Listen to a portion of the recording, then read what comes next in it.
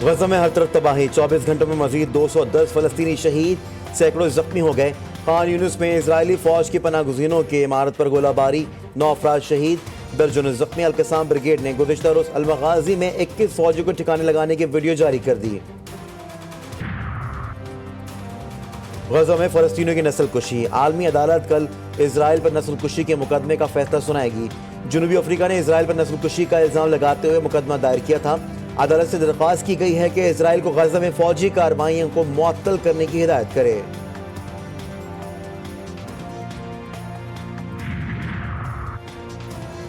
इस्लामी ममालिक गजा में जंगबंदी का मुतालबा करने के बजाय इसराइल से ताल्लुकात खत्म करें।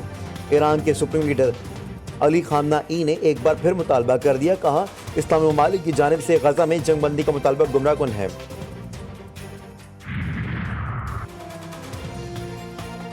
बुहरा अहमर में अमरीकी फौज का यमनी मिसाइल सिस्टम पर हमला, अमरीकी सेंटकॉम ने भी हमले की तस्दीक कर दी। अमरीकी फौज ने इराक में भी मुजाहिमत कारों के अहदाफ को निशाना बनाया। यूक्रेन के 65 कैदियों को ले जाने वाला रूसी जहाज गिरकर तबाह, हादसे में जहाज में सवार तमाम 73 अफराद हलाक। रूसी रुकने पार्लियामेंट ने यूक्रेन पर हमले का इल्जाम आयद कर दिया। यूक्रेन ने भी हमले का दावा कर दिया। मैं मुकामी वो नाकामी वजीर आजम, नवाज शरीफ का नाम लिए बगैर तंज, मेरी हुकूमत क्यों खत्म की। कराची का अमन बहाल, लोड शेडिंग खत्म की, अवामी खिदमत पर हथकड़ी लगाई गई। लीगी कायद का ननकाना साहब में खिताब, बोले नून लीग का मुकाबला किसी फर्द या जमात से नहीं।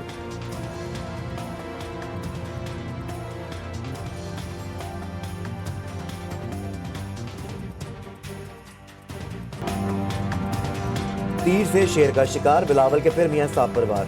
भलवाल में जल्दी से खिताब में बोले, शेर की हुकूमत बनती है तो अवाम का खून चूसा जाता है। वोट को इज्जत दो का नारा फरामोश करके नवाज शरीफ चौथी बार वजीर आजम बनने की कोशिश करें। बोले, अवाम अपना वोट जाया ना करे, अपनी किस्मत बदलने के लिए तीर पर ठप्पा लगाएं।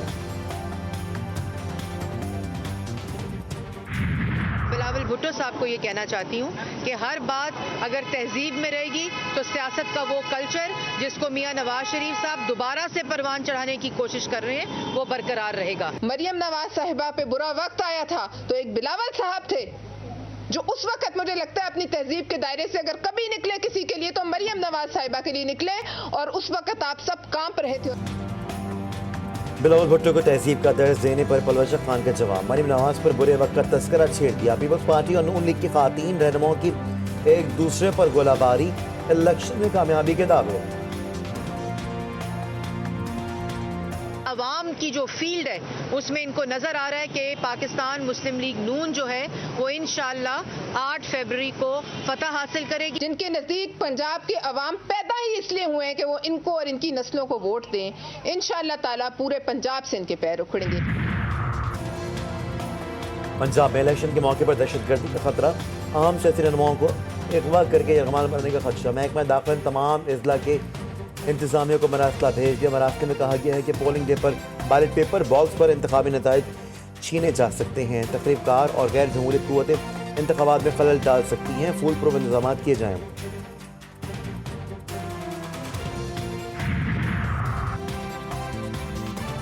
हमारी अफवाज हर किस्म के खतरे और साजिश के खिलाफ हम वक्त तैयार हैं। सोशल मीडिया पर प्रोपेगंडे का मकसद बेयकीनी, अफरा तफरी और मायूसी फैलाना है। Army chief general Syed Asim Munir का जिना कन्वेंशन सेंटर में पाकिस्तान नेशनल यूथ कॉन्फ्रेंस से खिताब। कहा, सोशल मीडिया की खबरों की तहकीक बहुत ज़रूरी है। तहकीक और मुस्बत सोच के बगैर मुआशरा अफरा तफरी का शिकार रहता है। मुसलमान मुश्किल में सब्र और आसानी में अल्लाह का शुक्र अदा करता है। निगरां वज़ीर आज़म अनवर काकर ने कहा, जिम्मेदार शहरी होने के नाते दुश्मनों के प्रोपेगेंडे को मुस्तरद करना चाहिए। नौजवान कौमी सलामती के चैलेंज से निबर्दाजमा होने में किरदार अदा कर सकते हैं।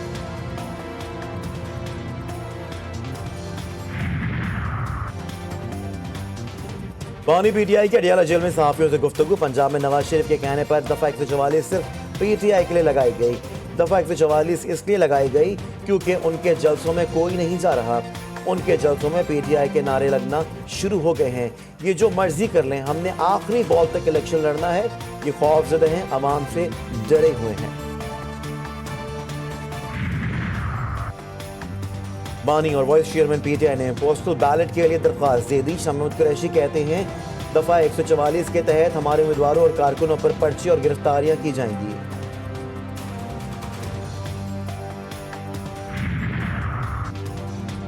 कागजात नामजदगी मुस्तरद। चौधरी परवेज जिला इकाम इंतखाबात में हिस्सा लेने के लिए सुप्रीम कोर्ट से रजू। अपील दायर कर दी। लाहौर हाई कोर्ट का 13 जनवरी का फैसला कलअदम करार देने की इस्तदा।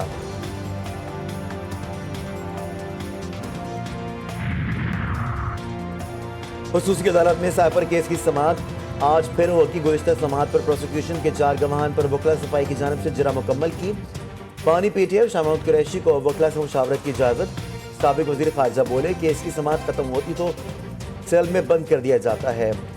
जज साहब, आपकी अदालत आमद के बाद हमें लाया जाता है। जज अबुल हसन जुल्करनैन ने कहा कि हमें बताया गया जब तक आपकी फैमिली नहीं आती आप कोर्ट रूम नहीं आते।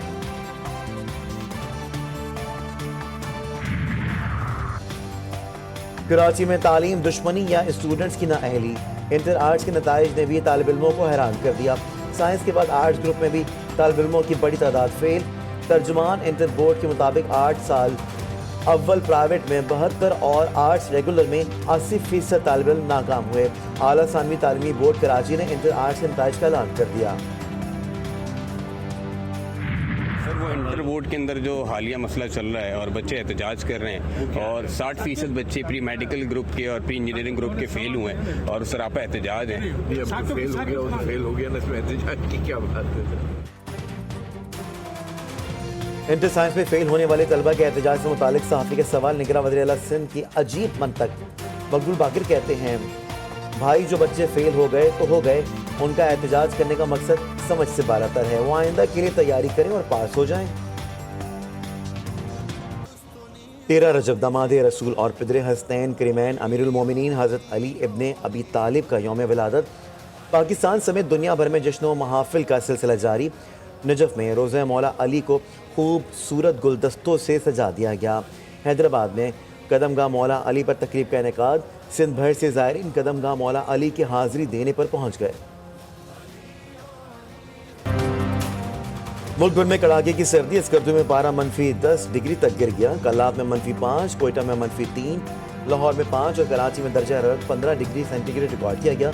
मैदानी इलाकों में धुंध का राज, हर शय धुंधला गई।